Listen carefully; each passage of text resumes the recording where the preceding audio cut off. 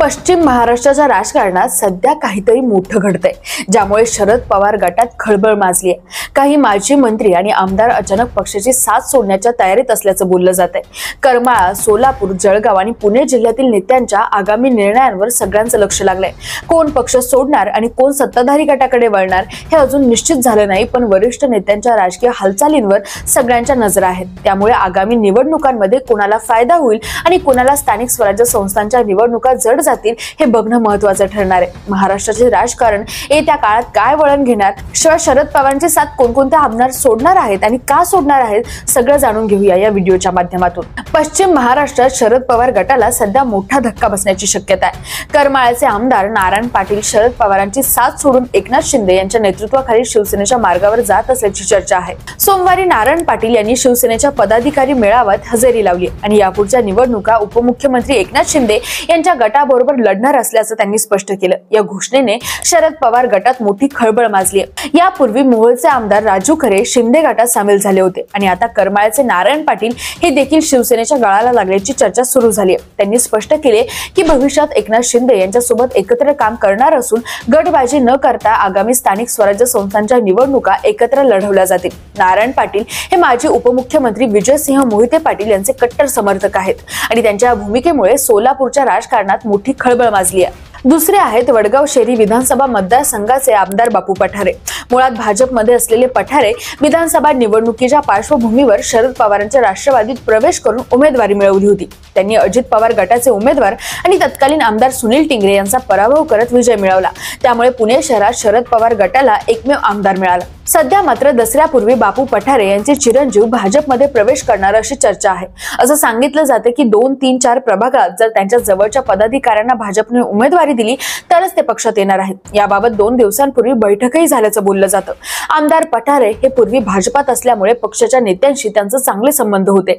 एका वृत्तानुसार असं देखील कळते की बापू पठारे यांनी या सर्व चर्चांचं खंडन केलंय आणि म्हणाले की या फक्त अफवा आहेत आणि त्यांचे भाजप वरिष्ठ नेत्यांशी चांगले संबंध कायम आहेत। त्यामुळे दसऱ्याच्या मुहूर्तावर खरंच त्यांचे चिरंजीव भाजपमध्ये प्रवेश करतात की नाही हे बघणं महत्त्वाचं ठरणार आहे। पुढचं नाव म्हणजे डॉक्टर राजेंद्र शिंगणे यांनी विधानसभा निवडणुकीच्या तोंडावर अजित पवार गट सोडून शरद पवार गटात प्रवेश केला।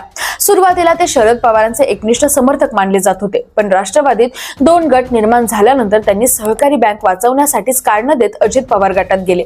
परंतु विधानसभेच्या निवडणुकीच्या तोंडावर त्यांनी पुन्हा शरद पवार गटात घर वापसी केली। सिंदखेड राजा विधानसभा मतदारसंघात जवळपास 3 दशक सत्ता उपभोगली असताना यावेळी त्यांचा अजित पवार गटाचे नवखे उमेदवार मनोज कायंदे यांनी पराभव केला आणि शरद पवार गटाकडून निवडणूक लढण्याचा राजेंद्र शिंगणे यांचा डाव फसला। त्यामुळे येत्या काळात पुढील विधानसभेपर्यंत परिस्थिती बघून ते पुन्हा अजित पवार गटात जाण्याची शक्यता नाकारता येत नाही। तशी आता अजित पवार गटात संधी नाही, तो भाग वेगळा, मात्र राजकारण आहे, काही होऊ शकतं। आता दुसरं नाव आहे हर्षवर्धन पाटील। विधानसभा निवडणुकीच्या तोंडावर तिकीट न मिळाल्यामुळे भाजप सोडून राष्ट्रवादी काँग्रेस म्हणजे शरद पवार गटात त्यांनी प्रवेश केला होता। त्यांना वाटलं होतं की विधानसभा निवडणुकीत ते सहज विजयी होतील, मात्र अजित पवार गटाचे दत्तमामा भरणे यांनी त्यांना पराभूत केलं। भाजपकडून देवेंद्र फडणवीस यांनी विनंती केली होती की पक्ष सोडू नका, येत्या काळात तुम्हाला योग्य संधी मिळेल, परंतु जागा अजित पवार गटाला मिळाल्यामुळे हर्षवर्धन पाटील यांना तिकीट मिळणं शक्य झालं नाही। परिणामी हर्षवर्धन पाटील यांनी शरद पवार गटाकडून दंड थोपटले, मात्र त्यांचा पराभव झाला। राजकीय वर्तुळात आता चर्चा आहे की हर्षवर्धन पाटील यांच्या पराभवामुळे आणि दत्तमामा भरणे मंत्री झाल्यामुळे हर्षवर्धन पाटील यांच्या राजकीय भविष्याला इंदापूर मतदारसंघात धोका निर्माण झालाय।